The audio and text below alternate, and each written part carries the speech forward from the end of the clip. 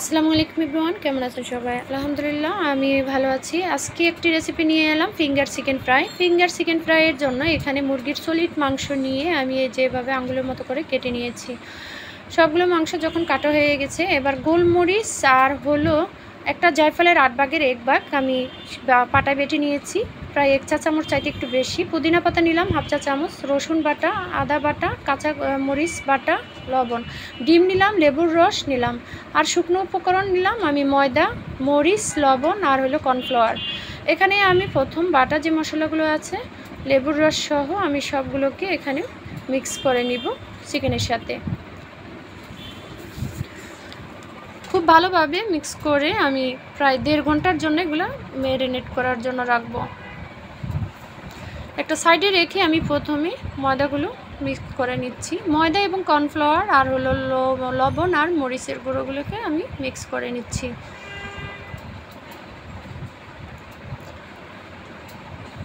এবার আমি চিকেনটাকে প্রায় 1.5 ঘন্টার জন্য রেখে দিব।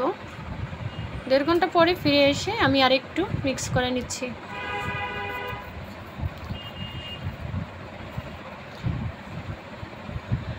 এবার ময়দায় গড়িয়ে নিব আমি চিকেনগুলোকে।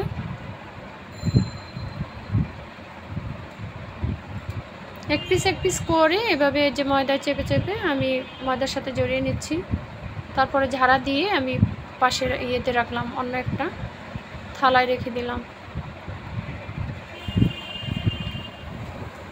সবগুলোই একভাবেই আমি করে নিব। একটু ময়দাটা দলা বেঁধে যাবে যেখানে ডিম মেশানো আছে, এজন্য। সবগুলো হয়ে গেছে আমার। ভাজার জন্য চলে এলাম। একটা কড়াইতে তেল দিয়ে দিলাম। তেলটা গরম হওয়ার জন্য অপেক্ষা করব। প্রথমে 2 হতে 3 পিস বা 4 পিস দিয়ে দিচ্ছি। তেলটা খুব ভালোভাবে গরম হয়ে গেছে। যেহেতু আগে দিচ্ছি এজন্য এগুলোকে একটু তুলে আলাদা রেখে দেব। সবগুলো যখন সমানভাবে হয়ে যাবে, আগের যে 4 পিস আমি তুলে রেখেছিলাম, এই যে এগুলো আমি একটু তুলে রেখে আমি আবার পুনরায় দিয়ে দেবো এগুলো। হ্যাঁ, 4 পিস আমি আলাদা তুলে রাখবো আগে। সবগুলো যখন সমানভাবে হয়ে যাবে তখন কিন্তু আমি ওই 4 পিসে দিয়ে দিব, তা না হলে পুড়ে যেতে পারে। হ্যাঁ, কালারটা একই রকম হয়ে গেছে।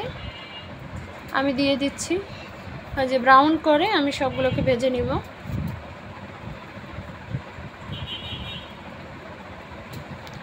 বাকি যেগুলো আছে ওগুলোকেও আমি দিয়ে দিচ্ছি। সবগুলোই আমি সেম প্রসেসে ভেজে নিব।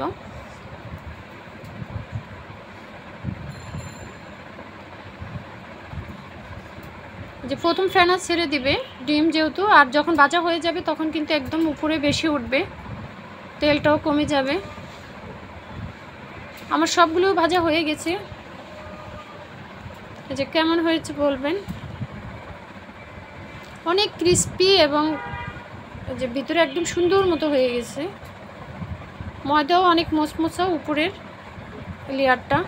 কেমন হয়েছে বলবেন। আমি পাশে একটি শসাও রেখেছি আমার জন্য, আর বাচ্চারা খাবে ওগুলো।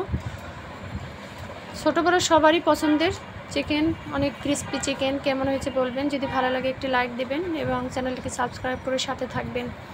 আর আমার নিয়মিত দর্শক যারা আছেন তাদেরকে অনেক অভিনন্দন, তারা আমার সাথে থাকার জন্য। আল্লাহ হাফেজ, ভালো থাকেন।